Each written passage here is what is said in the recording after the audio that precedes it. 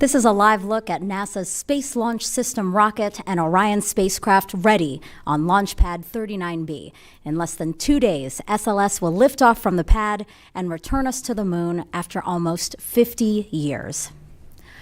Good morning, and thank you so much for joining us live at Kennedy Space Center in Florida. I'm Megan Cruz with NASA Communications. Liftoff of this first uncrewed flight test is currently targeted for Monday, August 29th at 8:33 a.m. Eastern Time. As we speak, our launch team is on console, and they started the countdown around 10 this morning. This briefing is to update you all on the Artemis 1 Mission Management Team meeting that wrapped up about an hour ago. Here are today's participants. We have Mike Serafin, Artemis Mission Manager, Charlie Blackwell-Thompson, Artemis Launch Director.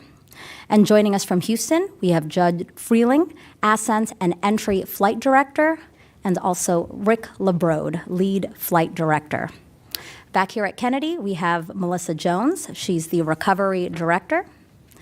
And we have Jacob Bleacher, Chief Exploration Scientist, and also Melody Lovin, Launch Weather Officer. Thank you all for being here. Okay, we're going to start with some opening remarks from each of our guests, and then we're going to take questions from social media, also reporters in the room and over the phone. So Mike, why don't you go ahead? All right, good morning.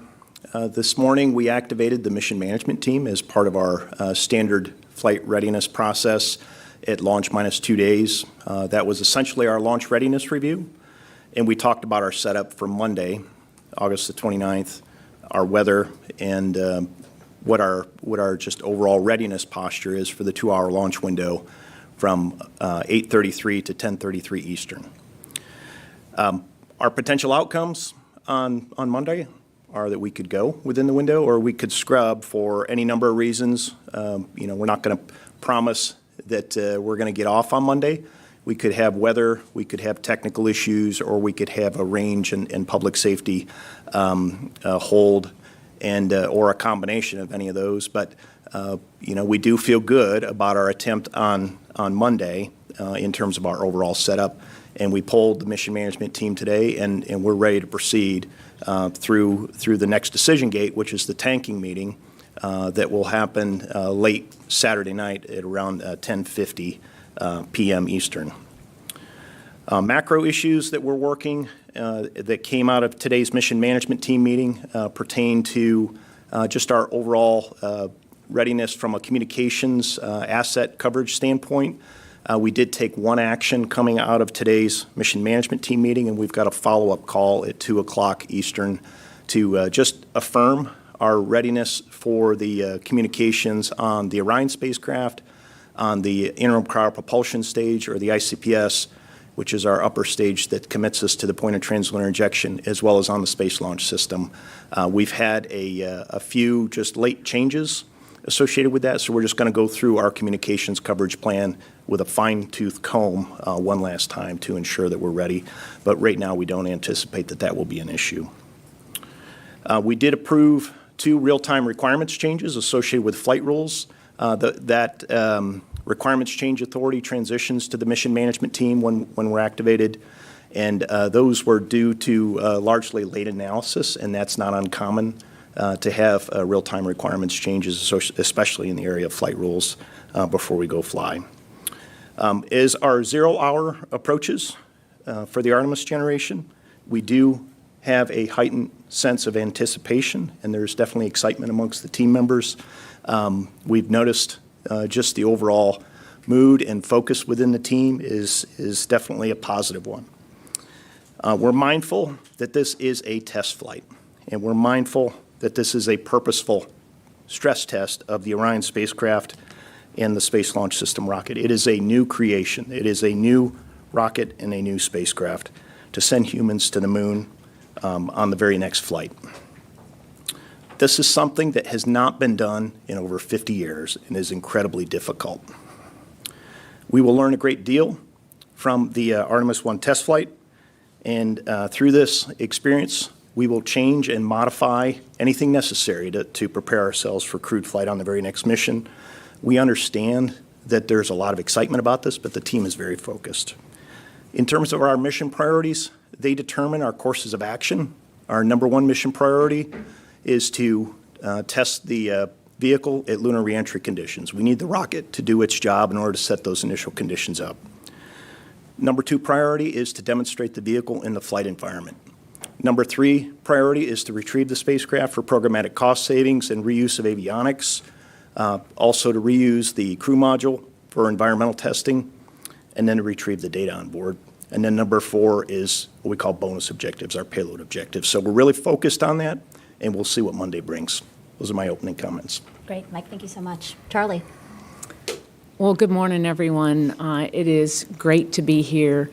And I was here about 5 days ago, and we were talking a little bit about the flight readiness review and the work that we had in front of us. And I am happy to report that the work we had in front of us out of that review about 5 days ago has all been completed and is all on schedule. That included our booster servicing ops. We finished up that. We got into our post-ops on Thursday. We worked through our pad configuration for launch, got our engine service platform that provides access to both the engine area as well as the boosters. We got that lowered and into launch position. We finished up quite a bit of our pad configuration work on Thursday, and then early on Friday morning we finished up all of the Orion closeouts for flight. The late stow was completed in the days leading up to that, and the Orion and the last hatch were closed out. So from a vehicle configuration, we're in great shape there. So all that work was completed prior to call to stations. I was in the Launch Control Center just this morning, and the team is very excited. We did complete our call to stations at right on time at 09:53, and as you know, our countdown clock is now moving. We have 2 built-in holds. We have 1 prior to tanking, and we recently increased the length of that hold to 2.5 hours, and then we have a 30-minute built-in hold prior to terminal count. So our teams came in early this morning prior to call to stations to power up the Orion spacecraft. Orion is powered, and we are going through some of our pre-checks, and we'll get into a little bit later into our comm configuration of Orion, and we have a series of tests and checkouts that we'll do as part of that. We'll also be bringing up core stage and ICPS, which is our upper stage, and configuring that for flight. And those checks will run over the next day or so. Tomorrow, we will get into our final configuration for tanking, and our tanking is scheduled to begin just after midnight. So on Sunday night, just after midnight, we'll begin loading the cryogenics into the core stage. We start out with LOX, and then we move over to LH2, and then we pick up with upper stage after that. We anticipate having all stages in replenish early in the morning on Monday morning, somewhere around the 6 o'clock mark. And after that, we have about 90 minutes or so of range safety checks that we'll go through and work. We demonstrated them during wet dress, so we'll go through and do those checkouts once again.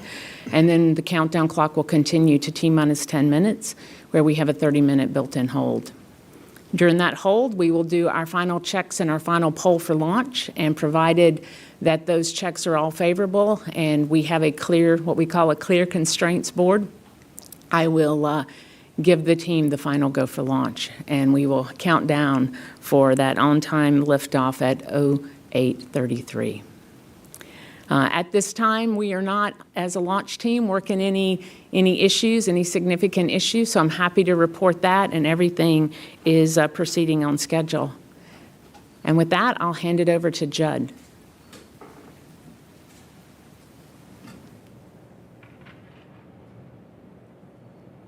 All right, thanks, Charlie. Let's see. So, assuming we launch at the open of the window at 8:33 in the morning, the vehicle will lift off at about 5.7 million pounds total weight.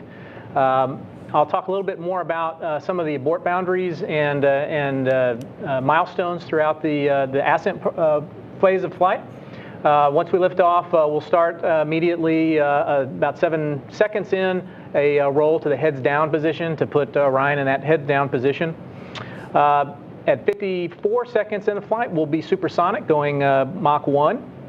A minute and 3 seconds, we will get to a boundary where if we lose a single engine, we'll be able to make our mission priority 1 objective that Mike spoke about. We continue on uphill, 2 minutes and 10 seconds, the solid rocket boosters will separate, and then we will start our closed loop guidance control, targeting the insertion point. A little later on, about a minute later, at 3 minutes 11 seconds, we'll have the SM panel jettison, which will expose the service module and the stowed solar arrays on that module. 5 seconds later, we'll have the last jettison, or the launch abort system jettison, and that will expose the Orion crew module. That will be the start of our abort capability. After that last jettison, we will start with our Mode 2 abort, which is also known as untargeted abort splashdown. We'll continue to press. After 3 minutes and 23 seconds, we'll have a boundary which we call press to MECO. If we lose a single engine, we'll be able to make full mission after that 3 minutes and 23 seconds. Following that, around 5 minutes or so, as the combined vehicle continues on uphill, the SRBs that we previously jettisoned will splash down in the Atlantic. Continuing forward, we'll have at 7 minutes and 26 seconds, we'll start our overlap of our Mode 4 abort, also known as abort once around, which means we can make the Pacific or off the coast of California. And then we will end our Mode 2 abort at 7 minutes, 33 seconds, which will be the point at which our initial impact point, our instantaneous impact point, reaches the coast of Africa. At 8 minutes, 1 second, we'll command MECO, and we'll leave the vehicle at about 400,000 pounds weight. Continue on from there. We'll deploy the solar arrays from the service module at 18 minutes MET. That'll take about 12 minutes and give us the ability then to charge the batteries on the Orion capsule. Continuing forward, once we deploy the solar arrays, we'll have our perigee raise maneuver, which will bring up our perigee from 16 nautical miles perigee to 100 nautical miles. That will be at about 51 minutes, and that'll be about a 20-second burn. Continuing forward, we will have our final burn that is done by the ICPS upper stage. That will be the translunar injection burn at approximately an hour 36 minutes. Following shortly at around an hour and 44 minutes, splashdown of the core stage in between Hawaii and the West Coast. About 10 minutes after we do the TLI burn completes, which is an 18-minute burn, we will then separate the upper stage from the Orion space capsule. The Orion space capsule will continue on to the moon and its mission. And shortly thereafter, I will hand over to Rick LeBrode, the lead flight director for this mission, and he will start with his modal survey. So, Rick? All right. Thank you, Judd. All right, and as Judd said, after TLI, Orion will be on its way to the moon. On the trip out to the moon, we're going to perform a series of small correction burns. It's just to make sure that when we encounter our first lunar encounter is going to be on target. That'll be on flight day 6. When we pass by the moon, we're going to be approximately 60 miles off the surface of the moon. And that's when we're going to do our first large burn. It's called the outbound powered flyby. And that burn is going to then send Orion up to the distant retrograde orbit. So on flight day 10, we'll do our second large burn, and that'll actually insert Orion into the DRO, the distant retrograde orbit. We'll spend just under 2 weeks in orbit around the moon. And then on flight day 23, we're going to go ahead and depart DRO and start heading back to the moon. That's our DRI burn. And then on flight day 35 is when we'll encounter the moon again, and we'll do our return power flyby, our last large burn, and that burn actually is going to target entry interface. It's essentially our deorbit burn. And then on the return leg, we'll continue to do a series of those correction burns to make sure that we're right on target for the entry interface. Throughout the mission, we're also going to be performing a lot of checkouts and demonstrations just to get a better feel for how Orion's going to operate in that environment. Also, if at any time during the mission Orion encounters a problem, a serious problem that warrants bringing Orion home early, we can select early return trajectories. We also call them aborts. And it's really dependent on what phase of the mission we're in when that happens. On the outbound leg, we could do direct aborts, where we just turn around and come right back to the Earth. Or we could change the trajectory to a lunar flyby. Once we've gone into the DRO, we're a little bit more limited, but we can depart early if necessary and the timing's right. And then in all these cases, it would just bring Orion back. It would bring EIN earlier to get it back safe and sound. The teams, we've worked through all these scenarios. We're fully trained on all the various options, have those standard procedures to take care of these actions if necessary. And then once we've done our RTC6, or Return Trajectory Correction burn number 6, then we'll hand over to Judd's team for the last phase of the mission. All right, thanks, Rick. Yeah, as Rick mentioned, essentially our deorbit burn is way back at the moon. That return power flight by burn. That's about a week before we get to the Earth, and that's targeting an entry interface point in space, and that's 400,000 feet above the Earth's surface. And for this particular launch day on the 29th, that'll be just to the southeast of Hawaii. 20 minutes prior to that entry interface, we will separate the crew module from the service module, and the crew module will perform a separation burn that will raise its altitude slightly, make sure that we have a proper separation and proper angle to re-enter the Earth's atmosphere. We'll be performing a skip entry on this mission. Essentially, we'll come in at 400,000 feet at about a little over 24,000 miles per hour. We'll dig into the Earth's atmosphere at about 200,000 feet above the Earth's surface.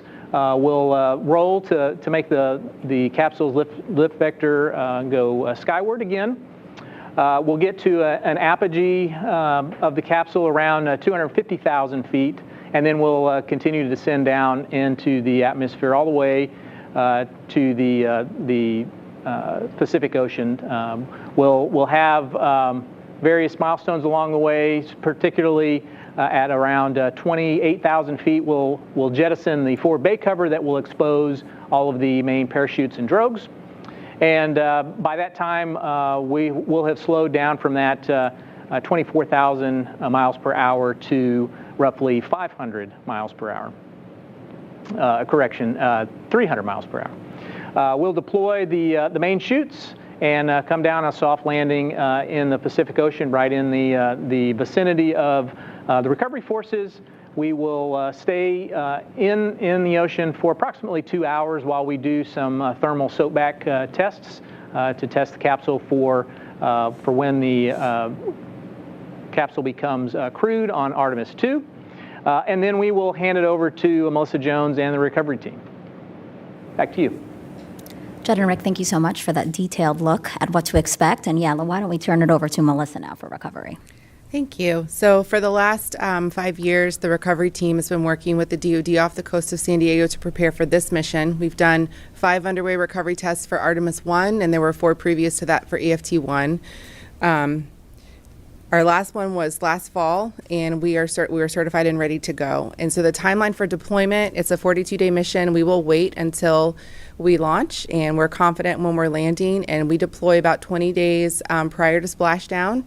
We load the landing platform Dock 17 ship that we use from the Navy, which has a big swimming pool underneath the flight deck where we recover and float the capsule in. And we go out with them. We bring a helicopter squadron, a dive company with us, in addition to the weather squadron. And we use the DoD to go out and practice recovering the capsule with the NASA technical team that runs the hardware in the well deck, the ground support equipment in the well deck that we bring the capsule in with. We'll secure it in the well deck and we'll bring it back to Naval Base San Diego, where we will make sure that it is safe to transport across the country, and expect to get back to KSC within about 13 days of landing so that we can do that deservicing here at KSC and get that avionics off as quick as possible, as Mike mentioned earlier. In addition to nominal end of mission, the team I lead is responsible for landing anywhere in the world. So all of those aborts, early returns, alternate missions that Judd and Rick mentioned, we have to be ready to support those. We do have 2 contingency teams that are trained and ready to deploy in the event that we have an event we're not expecting to. And we will monitor the mission every day and respond as we need to respond. So we are ready to go. We've identified our teams. We're packed. We're ready. We're excited to fly this mission. I'm going to kick it over to Jacob. Thank you. Very excited to be here today. Very historic moment. I'm glad to be here with my colleagues. I'm here today to discuss the Artemis 1 science objectives. You heard from Mike already about the primary objectives. Unlike the primary objectives that are broadly focusing on understanding SLS during launch and flying the Orion spacecraft, the secondary objectives are not critical for understanding and preparing for Artemis 2, but they will provide us with knowledge that helps us prepare for some of our future Artemis missions. The types of data that science and exploration tend to acquire actually have significant overlap. A phrase I like to use is that science is exploration's toolbox for survival. What we learn through scientific measurements tells us about the environments in which we plan to operate. This is the type of information that helps us then ultimately develop the systems, the architecture that we'll build. Likewise, for each human exploration mission, there are numerous opportunities for science to be conducted, technology demonstrations to be conducted. So it's really our job to look for and take advantage of those opportunities as best as we can, which we are doing for Artemis 1. Really, science enables exploration and exploration enables science. So the payloads and instruments on Artemis 1 reflect contributions from across our agency, including 5 international partners and partnership with academia, industry, as well as other research institutions. There are basically 2 groups of secondary payloads. We have CubeSats, which will ride along with the SLS and be deployed at several steps along the path. And then we also have activities that will be conducted within the Orion. The CubeSats, these are really kind of a low-cost, high-risk but high-reward type of activity. They're basically each their own little spacecraft, and they're roughly the size of a shoebox, not very heavy, about 25 pounds. And so unlike larger science missions, you can kind of get some targeted measurements from these. The hard part's trying to get them up into orbit. And so this is one of those opportunities that we're taking full advantage of in Artemis 1. It's riding along with the SLS. And often CubeSats go into a low Earth orbit. So in this case, we're providing a very unique opportunity for them to get farther out. So we have a series of these CubeSats. Some of them are testing technology for navigating in deep space. We even have one that's traveling farther out, going to encounter an asteroid. But some of them will be focusing more on the moon, making measurements of the moon, in fact, mapping where some of the water deposits might be. Again, this is important to us looking forward, planning future Artemis missions, understanding where some of these valuable resources are located. We'll be learning how to fly in space. We'll even actually have one that's landing on the surface of the moon. Another key aspect is learning about the radiation environment. So some of these CubeSats will characterize that environment and even study the way that biology responds to that space environment. This is the environment through which our hardware will fly and operate through all future Artemis missions, as well as where our crew members will be living. So it's critical for us to continue to learn about this environment moving forward. Now, Orion will also be doing very similar activities. We have a number of dosimeters and other radiation sensors that will ride inside the Orion. And we actually have several Munikins. We have Commander Campos Munikin will be flying in the commander seat. That name was selected through a public competition a little while ago. So we're excited for the commander to be flying on this flight. Have some radiation sensors in the flight suit pockets, but also measuring kind of the forces that the commander seat will experience with an astronaut on board.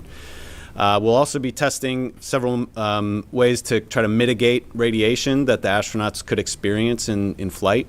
So we'll be using our other mannequins to basically test out suits that could potentially protect them from that radiation. Also on board Orion will be some additional biology experiments that will fly through that deep space environment and actually come back with Orion, so we can actually bring it back and do some analyses here on Earth to better understand it. So together, this really helps lay the groundwork and contribute to the knowledge base that we'll need for future Artemis missions for their success going to the moon. Recently, while addressing the science community at meetings, I've been kind of using this theme with our science mission director at Partners that, man, this is getting real. Mike already talked about the atmosphere, and I can confirm the atmosphere here is like nothing I've ever experienced before. It is definitely getting real. The rocket outside on Launch Pad 39B will be writing the next chapter of space exploration and space science. That chapter will include science all along the way, hand in hand with exploration. I've recently said to our science community, buckle up, everybody. We're going for a ride to the moon. So with that, I'd like to hand off to Melody. Good morning, everyone. I think it's still technically morning. So I'm very excited to give you the launch weather for Monday, but before we get to that, I have to talk about the weather pattern for today, and I don't think I'm going to surprise anyone in this room when I tell you that it's probably going to rain today. So with that, we'll go ahead and look at satellite, and we'll go ahead and talk about the pattern. So this morning, as you're looking at satellite, clouds begin to form across the space coast. That normally means is we're going to have some of those sea breezes collide along the east coast of Florida this afternoon. And because the flow is so light, a lot of these storms are going to be boundary driven, which means some are going to be traveling west, some are going to be traveling east. It's a stormy afternoon for sure that's in store for us. As we get into tomorrow, this flow regime is actually going to switch to more of an onshore flow regime out of the south-southeast. What that normally means is that we will have showers and thunderstorms approaching the coastline during the morning time frames. For any work that needs to get done out at the pad tomorrow, we will likely still have thunderstorms, but we'll probably be able to have a lower lightning threat in the late afternoon and early evening hours, and that is just due to the fact that the east coast sea breeze will likely move west away from the spaceport during that time frame. So now let's get into launch weather, the actual outlook for Monday morning. So with that, we do have a probability of 70% of favorable weather, so that is a probability of violation of 30%, i.e. 70% go. The weather looks pretty decent, as you can tell by the probability. The main concern, of course, is going to be those offshore showers and possibly a few thunderstorms as well. So with that, the cumulus cloud rule, the surface electric field rule, and the flight through precipitation rule will mainly be our concerns during that time frame. You may notice I don't have a backup launch window forecast for you, and that is because that is a 6-day forecast, and we don't do launch forecasts earlier than 3 or 4 days. So for an outlook for that, we would have that available on Monday if we need that. So with that, I can go ahead and conclude my portion of the brief. Enjoy the launch. Melody, thank you. All right, we now invite reporters in the room to ask questions, but also reporters on the phone will be taking questions from you and also social media. And in order to bring those questions to us, just use the hashtag Artemis. All right, so a question in the room right there. Marcia Dunn, Associated Press. Charlie, how late can you delay fueling and still make the window on Monday? And for Melissa, you mentioned that, you could be chasing this capsule anywhere around the world when it's coming back. How equipped is it to land on land versus water? And when there's a crew on board, how do you possibly deploy your crew to anywhere in the world? All right, so I'll talk about the tanking question first. We have taken all of the lessons learned from wet dress, and we did make some additional changes to the tanking timeline. You'll notice that we actually we increased that hold prior to tanking from an hour and a half to 2.5 hours, and that was to allow us to back some of the work up to align us really well for an on-time tanking. But certainly on any given day, you can have a technical issue or you could have a weather issue. We do have a 2-hour launch window. And so we have the ability to certainly, press within that 2 hours. So how late can we be? It really depends on which part of the tanking we got held up in, because, we have a sequence of how we need to go load, core stage, then upper stage. But if it was at the very beginning, I would say we have about 2 hours there and still make the end of the window. But you get more flexibility, certainly, depending on, when you actually started the tanking operations. And for the questions you asked me, so the capsule's not designed to land on land. That would be definitely the worst day for us. Unfortunately, we don't have to protect for landing anywhere in the world. Our flight ops folks have a really good understanding of where it's going to land. In fact, I could kick that over to them if they wanted to answer that. But we're looking at a low percentage for Atlantic abort and a very high percentage in the Pacific coast or Pacific Ocean between San Diego all the way to Hawaii and down to Mexico. So we focus the assets that we have in those areas, and that's where we deploy those teams. But it's going to be a real-time call based on where are we at, how far to sea are we, what assets are in that area, and what do we know about the health of the capsule. In addition to that, there's a tri-band beacon that will activate on top of the capsule. It gives us about 96 hours to find the capsule, is what we're planning for at this time. Thank you for those questions. Bill? Bill Hart with CBS News. And Charlie, I hate to ask you this question one more time, but can you help me understand exactly when you're going to find out that 4-inch QD is actually tight? I can, Bill, and I actually brought that data because I promised it to you when we were here before, and so I wrote down the very specific times. As you know, once we get core stage in LH2, core stage into replenish, we're going to get into our kickstart bleed, and that is at 03:33 local time. So once we get core stage replenished, now of course if we end up with the tanking sliding a little bit, it'll slide accordingly. But right now, just after 3:30 in the morning, when we get into kickstart, we'll put some pressure on the tank. We'll begin that bleed process, and at that point in time is when we'll know if that QD has an issue. That's when we saw it last time. We saw the performance of it last time, and we would expect to see it at that time. And then of course, once we get into the kickstart, we'll run that for about 45 minutes, and then we will get into our vented bleed, which is another 90 minutes, and then that gets us set up for the pre-press test. Irene? Thanks. Sorry. Irene Klotz with Aviation Week. I think this is probably for Mike. So PAO provided us with some of the risk assessments for the loss of vehicle, but I didn't really understand what drives the numbers aside from the launch risk and the reentry risk. And there's something in flight that seems to be the primary driver. So if you could just break that down a little bit for us. Thanks. Yeah, so the last time we talked about the loss of vehicle risk, and as I recall, the number that I wasn't ready to quote at that time is 1 in 125. And the team does what they call a probabilistic risk assessment based on the known failure modes of the individual subsystems, levels of redundancy, common cause failure, a whole host of factors, and they look at the individual flight phases, the ascent flight phase, the in-space flight phase, and then the reentry flight phase. And anything that is seen as a catastrophic cause associated with that probabilistic risk assessment goes into the assessment. And then each cause itself, whether it's number 1, number 5, number 100, is assigned a probability. And some of our top risk drivers are common to any other program out there. Micrometeoroid orbital debris is a key risk driver. The parachute system on the vehicle is a key risk driver. And we've got a couple of others that the heat shield, the reentry thermal protection system. Those are all critical systems that have to work, and those are on our top drivers.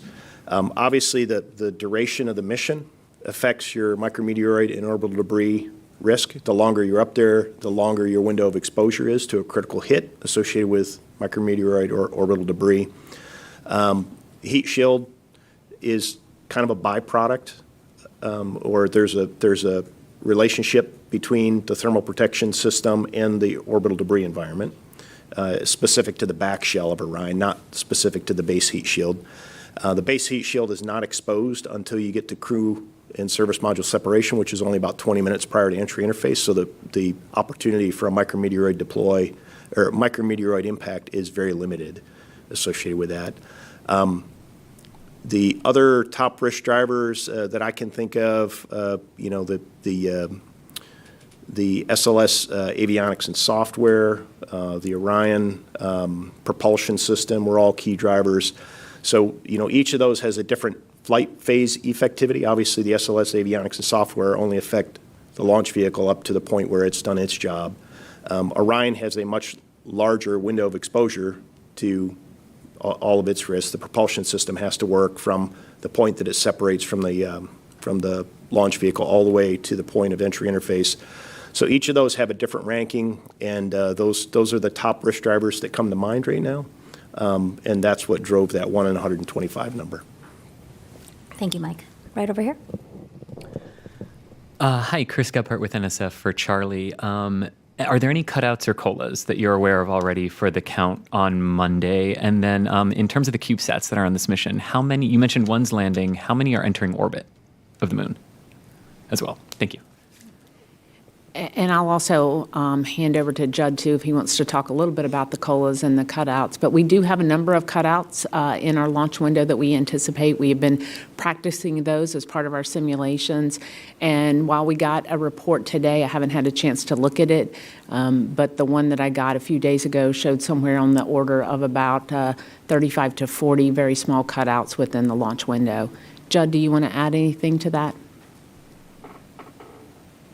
Yeah, Charlie, the only thing that I'd add to that is there are two flavors of cutouts that we have. We work both with the 45th Squadron and also the 18th. So we have very small cutouts for the portion of the trajectory that is just the core stage associated. So obviously once we MECO, the core stage continues to go up to a point where the 45th is still responsible for that range, and so we have those cutouts.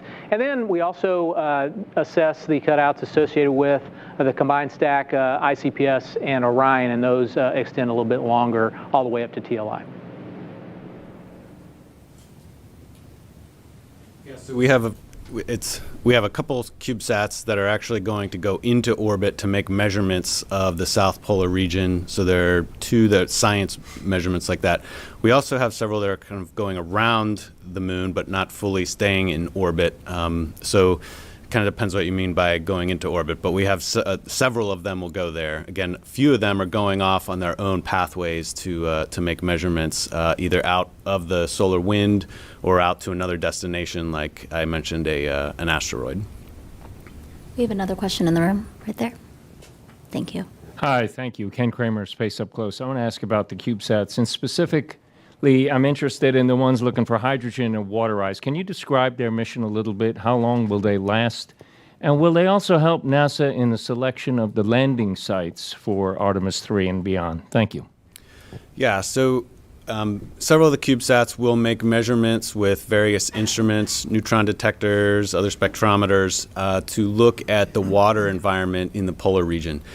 The reason that we're interested in the South Polar region of the moon broadly in Artemis is that we believe there to be water deposits, which would be a valuable resource to us, but also a valuable science target. This ice, potentially deposited over the history of the solar system, can give us data about how our solar system has evolved. So we're trying to understand how much is there. Is it only stuck in some of these places, these craters that never see sunlight? We typically see the concentrations there because we call them volatiles, because the solar wind would essentially strip them away, cause them to volatilize, and then they're lost. So that's why the polar region in general, the South Pole, is unique from past exploration of the moon. So these CubeSats will help us gain a better understanding of how broad those deposits are, perhaps how much might be there, how accessible it could be to us. So that's the type of measurement that's being made with these CubeSats, and they'll be doing that over periods of months as they get into an orbit, and depends how long they can stay in those orbits. Well, any knowledge we gain will certainly help influence decisions down the road. All the knowledge we gain from any scientific observation about the South Polar region would influence that. So I can't specifically say, yes, that data will be critical in making a decision on a landing site, but it will all factor in as part of the knowledge base from which we make that. So with the addition of the CubeSats to Artemis 1, we do have observations that will help us as we move forward in Artemis. Another question here. Hey, good luck Monday. Congratulations on getting here, of course. Been hearing from some folks kind of under the radar. There's some concerns about how long SLS has been out on the pad, exposed to elements. Perhaps this is a question for Mike. But I'm just wondering if you can kind of quantify. I know it was briefly mentioned at one point pushing into the fall might cause some concerns about how long SLS was out there, but at this point, how much of a concern is that related to corrosion or other elements? Thanks. Yeah, we do track what we consider to be limited lifetime items, and we've got a whole host of systems that either were previously activated or we had to be mindful of their timing relative to setting up for a launch attempt.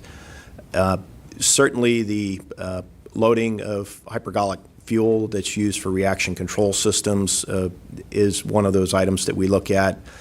There are a whole host of other items that we do track.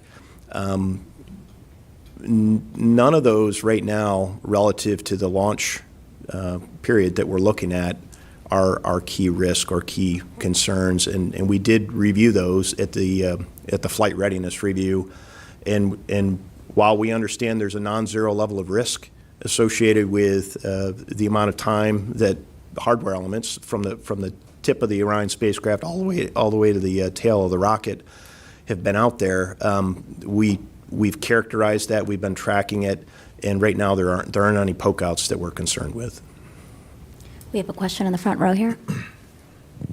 Thank you. Tarek Malik with Space.com. I think for Mike, you mentioned earlier just the nature of the test flight, that there could be weather, there could be a glitch that might cause a delay. And I'm curious what the rationale or plan is in terms of going to a backup day like September 2nd or 5th, and depending on the nature, of course, of whatever issue. Earlier in the month at the media day, there was discussion about the amount of fuel available and having to pick the 2nd or the 5th. Is that issue solved, and you can go for both of those days with enough prop to fuel the vehicle both times? Thanks. Yeah. I mean, I'll take a first crack, and Charlie, you can add anything here. But we're comfortable with any of the opportunities in front of us. We do have varying launch windows depending on which day we're talking about. When we start getting to September 5th, we start having less than the full 2-hour launch window. So September 5th is about a 90-minute window, and September 6th is a 24-minute window. Otherwise, we've got 2-hour windows in front of us. In terms of why we scrubbed or what the next setup is, I really do look to Charlie and her launch operations team in terms of what the art of the possible is. And if that is a technical reason, she's going to come to us and tell us, if we need to gain access to the vehicle, what the art of the possible is. And if it was simply a scrub and need to replenish commodity, she'll tell us what the art of the possible is. I don't know, Charlie, if you have additional thoughts on that. Yeah, I think what you may be referring to is our replenishment plan. We, in the 850,000-gallon hydrogen sphere that we have out at the pad, we get one launch attempt after that. And so we do require a couple of days to go replenish hydrogen. What we will do, because we have that cutout in the launch window between the 29th and the 2nd, we will go ahead and top off both LOX and hydrogen, which really sets us up nicely for an opportunity when that window reopens on the 2nd. And then it also gives us some flexibility in the scrub because we will only need to take hydrogen after that. So while as a launch director, you always want to be, you want launch opportunities close together, but this cutout actually provides us a nice opportunity to top everything off and be in a great position to make a run at it on the 2nd. And then certainly after that, we would only need to take hydrogen, which takes a minimum of 48 hours. Thank you for your question. Over here. Hi there, Charlie, this is for you. I'm Mary Matheson from Surround Vision, a virtual reality production studio in the UK. And I'm just really intrigued about the sort of female presence and sort of elements to this mission. I've spoken to your colleague Melissa earlier today. You know, obviously we know the name is really significant, as well as obviously the idea, the concept and the ambition of having a woman on the moon. But it feels to me that it's much stronger than that and much deeper than that within NASA and the contractors. So how sort of important is that sort of female element for you personally, and also for future generations who might be interested in getting into this kind of work? Well, first, I feel extremely blessed to be in the position to lead this launch team and to be a part of this incredible mission. There is, without a doubt, a female presence as part of this in both the leadership of this program and the operations areas, as well as the name of the program itself. I reflect on Apollo and when we went to the moon before. 50 years ago, we had on the order of one woman, certainly in the case of the Apollo 11 launch, we had one woman in the firing room of 450 men, one. And today our team is made up, our launch control team is made up of about 30%. We have just under 100 engineers that'll be in the firing room on launch day, and 30% are women. So certainly the makeup of our workforce has changed over the course of the 50 years, and it's a very special, for me, it's extremely special to be a part of this program and to be given the opportunity as the first woman launch director for NASA. A question here. Hello, this is Ada Monzon from Guapa, Puerto Rico. Congratulations to all. We feel the excitement and we thank you. I got two questions. You mentioned weather criteria, technical issues that may delay the launch, but also you mentioned public safety. What do you refer about that? And then for the meteorology side, how do you coordinate with the National Hurricane Center, especially since the September 2nd and 5th window, we may have a closed system near the East Coast? Thank you. I'll take the public safety and you can take the weather one. Okay. So in terms of public safety, there's a couple of facets that our colleagues at the Eastern Range look at, and they have to do with basically if you have a bad day scenario and either the vehicle has a catastrophic event on the pad surface or while it's in flight, what the consequences are. So there are keep-out zones established, whether they're people observing that are not designated as mission critical, and then there are hazard control areas, and Charlie controls those operationally from the firing room. Should we need to send people into those areas, but she knows specifically who those people are and what tasks they're going to perform, and the public is not a part of those hazard control areas. But then also you got to look at the downstream trajectory of the vehicle as it heads uphill, and what that means to any land that you might overfly or water that you overfly. And we do have a variable azimuth on this vehicle, which actually, depending on the time you launch, the trajectory is adjusted ever so slightly. So we provide all of that trajectory information to our range counterparts, and they assess the likelihood of what they call an expectation of casualty associated with known population densities downstream of that launch site for the trajectory that you're going to fly. So that That is what we refer to as just general public safety. Should somebody incur in those keep out zones, we could actually hold the launch for that, and we don't want to do that, right? So we have what are called notice to airmen, or notice to air missions now, and then notice to mariners that are issued prior to launch, and anybody that is flying an aircraft or on a boat downrange or in the exclusion zone needs to be aware of that, and that's how we manage it publicly. In addition to controlling where visitors and guests are, either on the Kennedy Space Center or nearby areas. So that's what we mean when we generically talk about public safety. But there is a long and robust process that is put in place that is tailored to the vehicle and the amount of propellant on board and the trajectory that it's going to fly. And Melody, I guess you had the weather question. Absolutely. So I believe the question was, how do we coordinate with the Hurricane Center? We are completely following the Hurricane Center. It is their forecast. The National Hurricane Center is the expert on forecasting any kind of tropical system. We take their forecasts and we follow it to the T. We are always watching the changing outlook and the forecast, and their broad outlooks of 2 to 5 days are produced every 6 hours.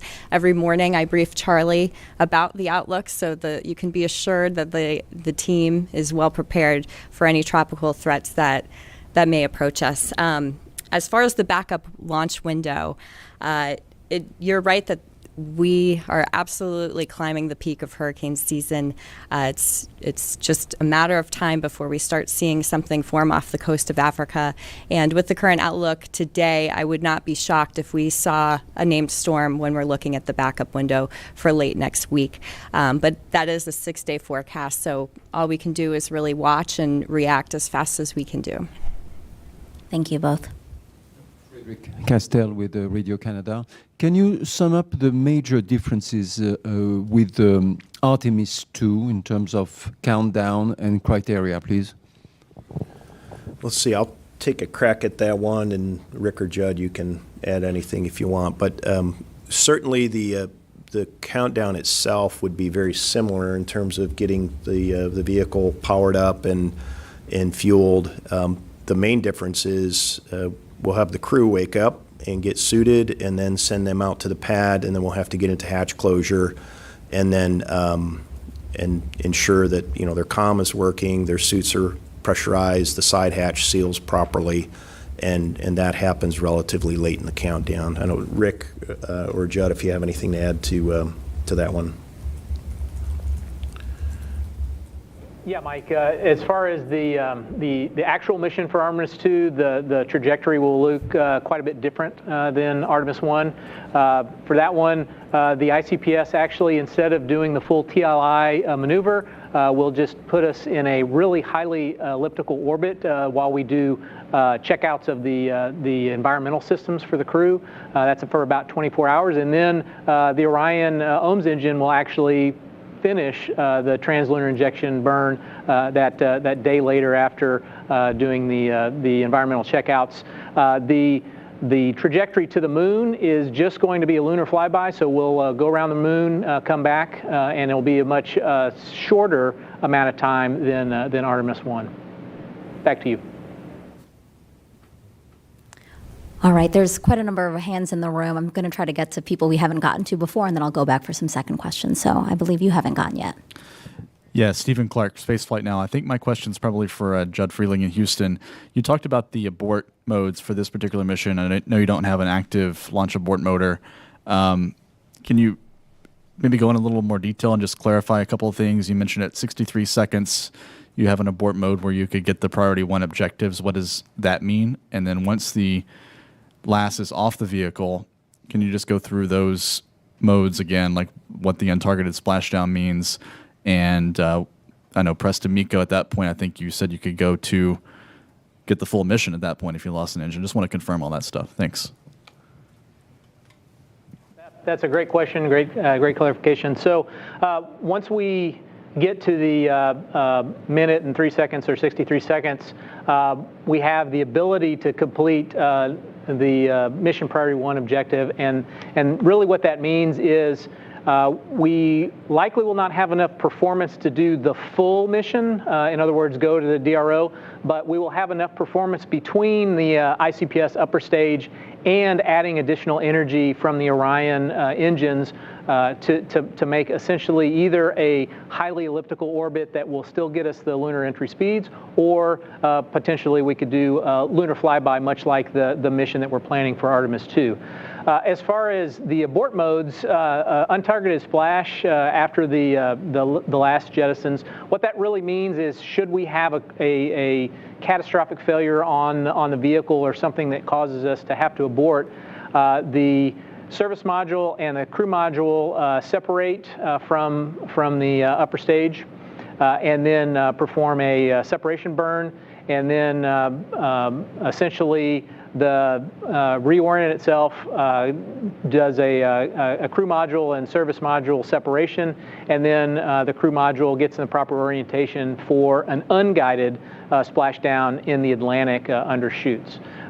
Certainly, when we get past the press boundary at approximately 3 minutes and 23 seconds, the press to MECO boundary, essentially we can do a completely nominal mission. The 3 remaining engines would burn slightly longer than they normally would be for that 8 minutes, so probably another minute or 2 longer. And then at that point, the core stage has done its job actually, and it has put the Orion and the upper stage in the proper orbit to continue a nominal mission.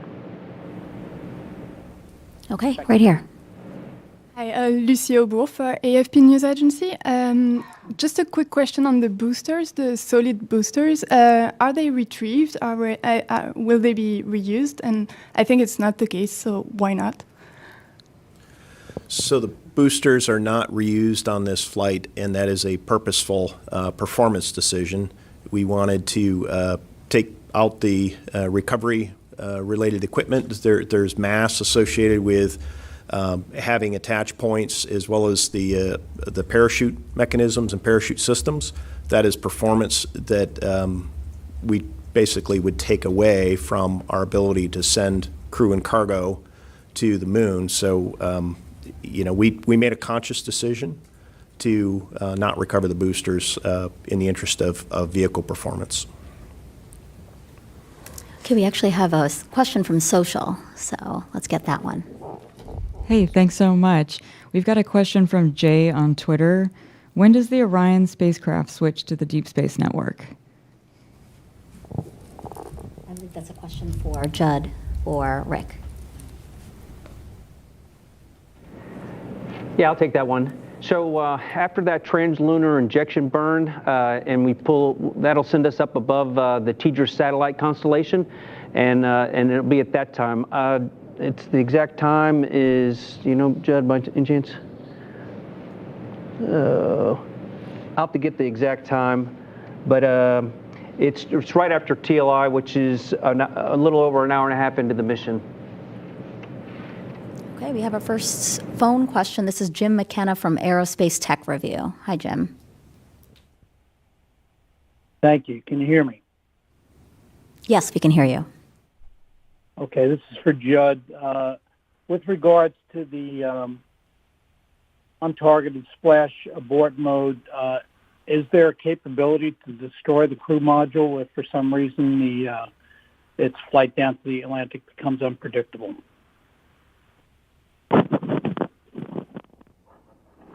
I'm sorry, you broke up. What was the question about the crew module?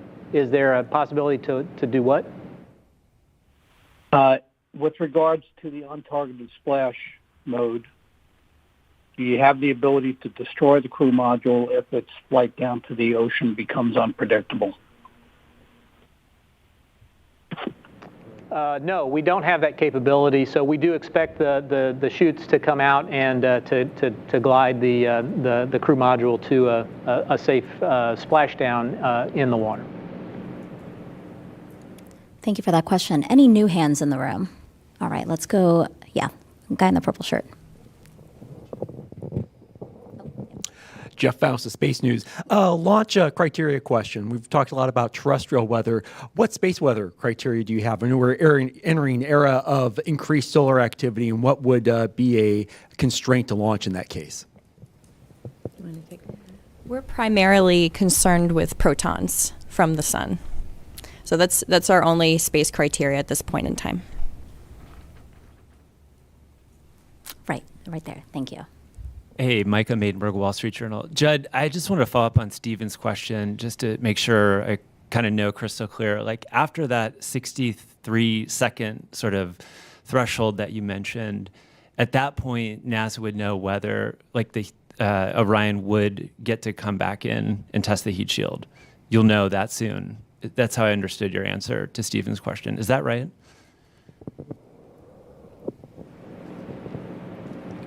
Yes, that's correct. We expect that we will be able to get that mission ejected. Obviously, it depends on the performance that we had to that point, but the expectation is once we reach that boundary of 63 seconds and we have a subsequent engine failure after that, our expectation is that through a combination of depleting all of the ICPS fuel, upper stage fuel, and doing essentially a rev around a highly elliptical orbit, we'll use the Orion main engines to achieve lunar entry speeds. Yes.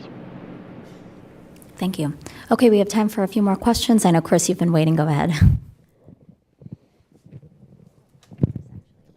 Front row. Yeah, I think these are both for Charlie. Given that we might be watching tropical systems next week, how long does your teams need to deconfigure the vehicle to be able to pull it back for a hurricane protection scenario? And you mentioned that the cutoff that gets us to the second gives you some flexibility based on your propellant reload thing. When you say flexibility, does that mean the third and the fourth and the sixth are potential launch options? Like if you don't fuel on the second, could you try for the third, preserve the fifth? Can you just walk me through what those things are on the back of the window? Yeah.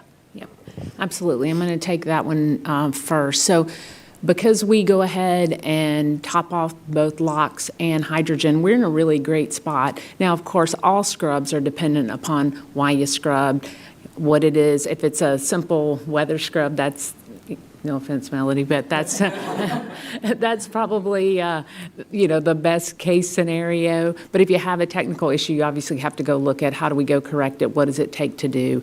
But taking both LOX and hydrogen in that window really opens up our capability. So we'll be ready on the second, but if for some reason we couldn't launch on the second, we could look at a subsequent opportunity. If we decide not to tank, we have a 24-hour hold capability, so we can try the next day. But once we commit to tanking, and depending on how far into the tanking sequence we get, then we get into that replenishment. After each time that we load hydrogen in the core stage, we need some level of replenishment.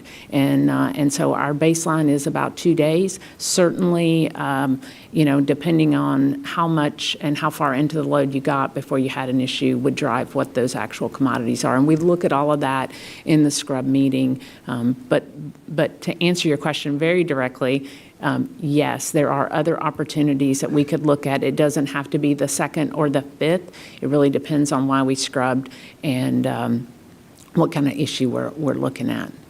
But for the most part, our scrub turnaround is always driven by hydrogen replenishment. And what was the first part of your question again? I'm sorry. If we got into a situation where you needed to roll back for hurricane protection, yes. How long do you need to deconfigure the vehicle to pull it back? We need about 3.5 days.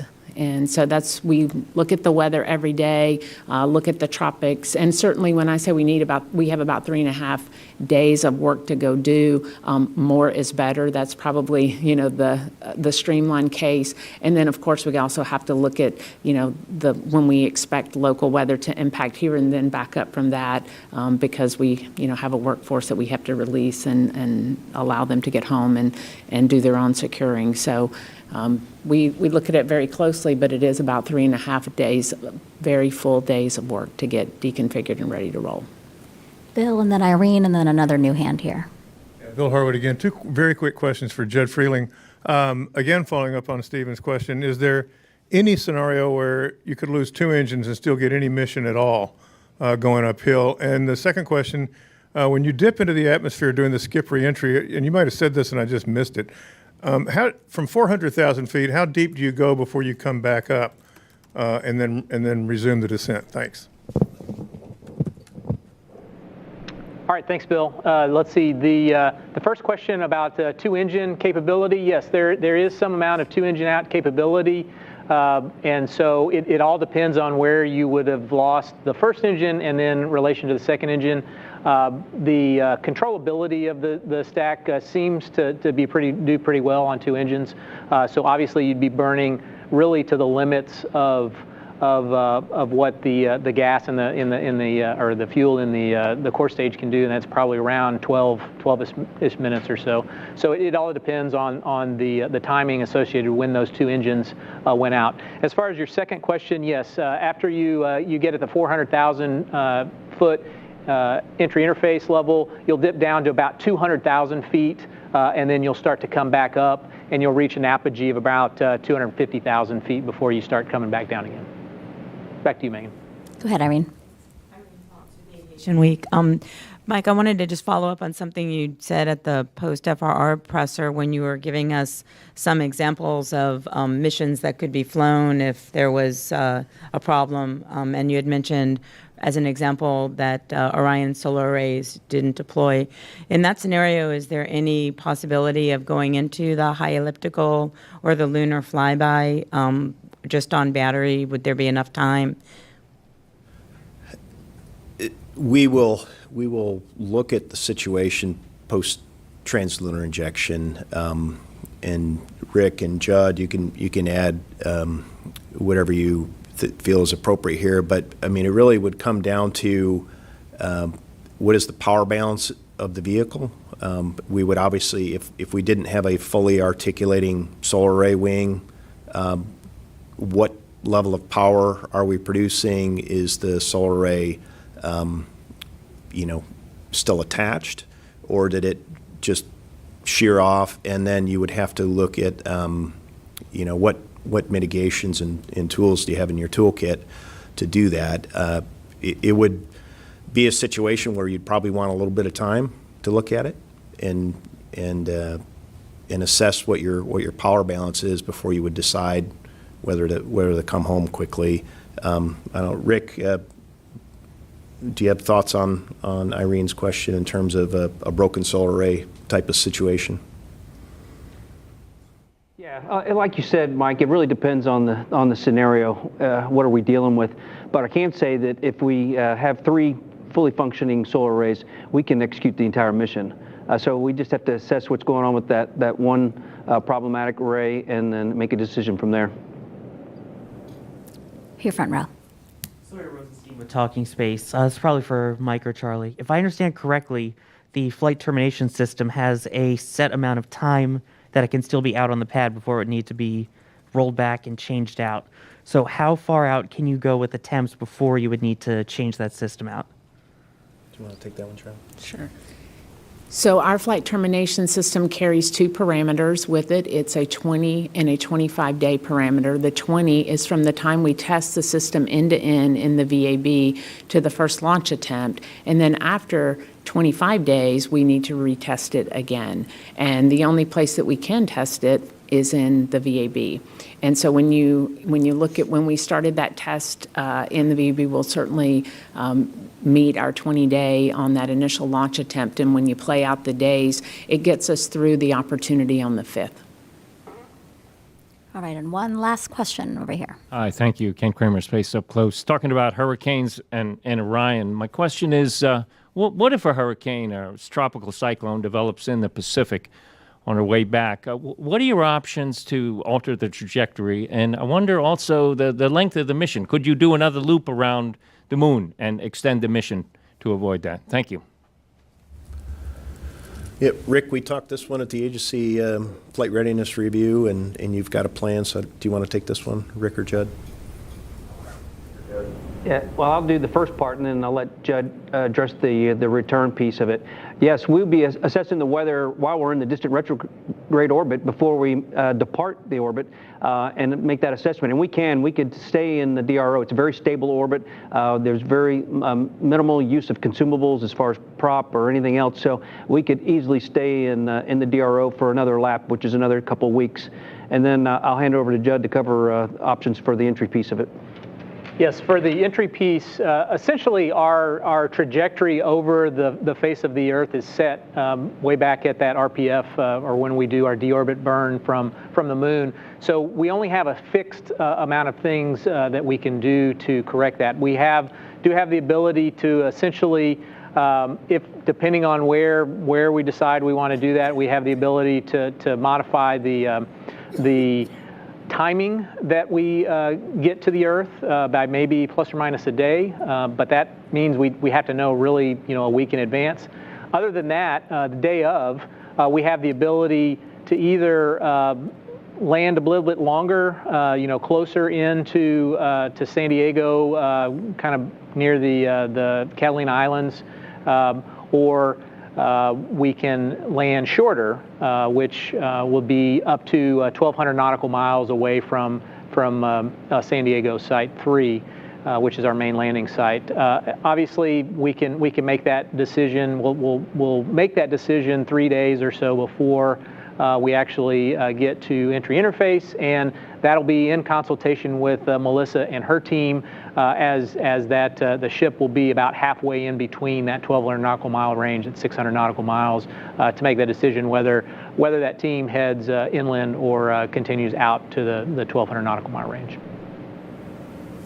Okay, that'll wrap up today's briefing. Thank you to all of our participants, and thank you to all of you guys who had such insightful questions and also for your interest in Artemis 1. Again, launch of this uncrewed flight test is in less than 2 days, and the 2-hour launch window opens at 8:33 a.m. Eastern Time. You can learn more about this historic mission online or on our social media channels that will pull up on the screen for you here in a second. And then our live coverage on NASA TV will begin at 6:30 a.m. Monday, also on our streaming channels. We hope you can join us.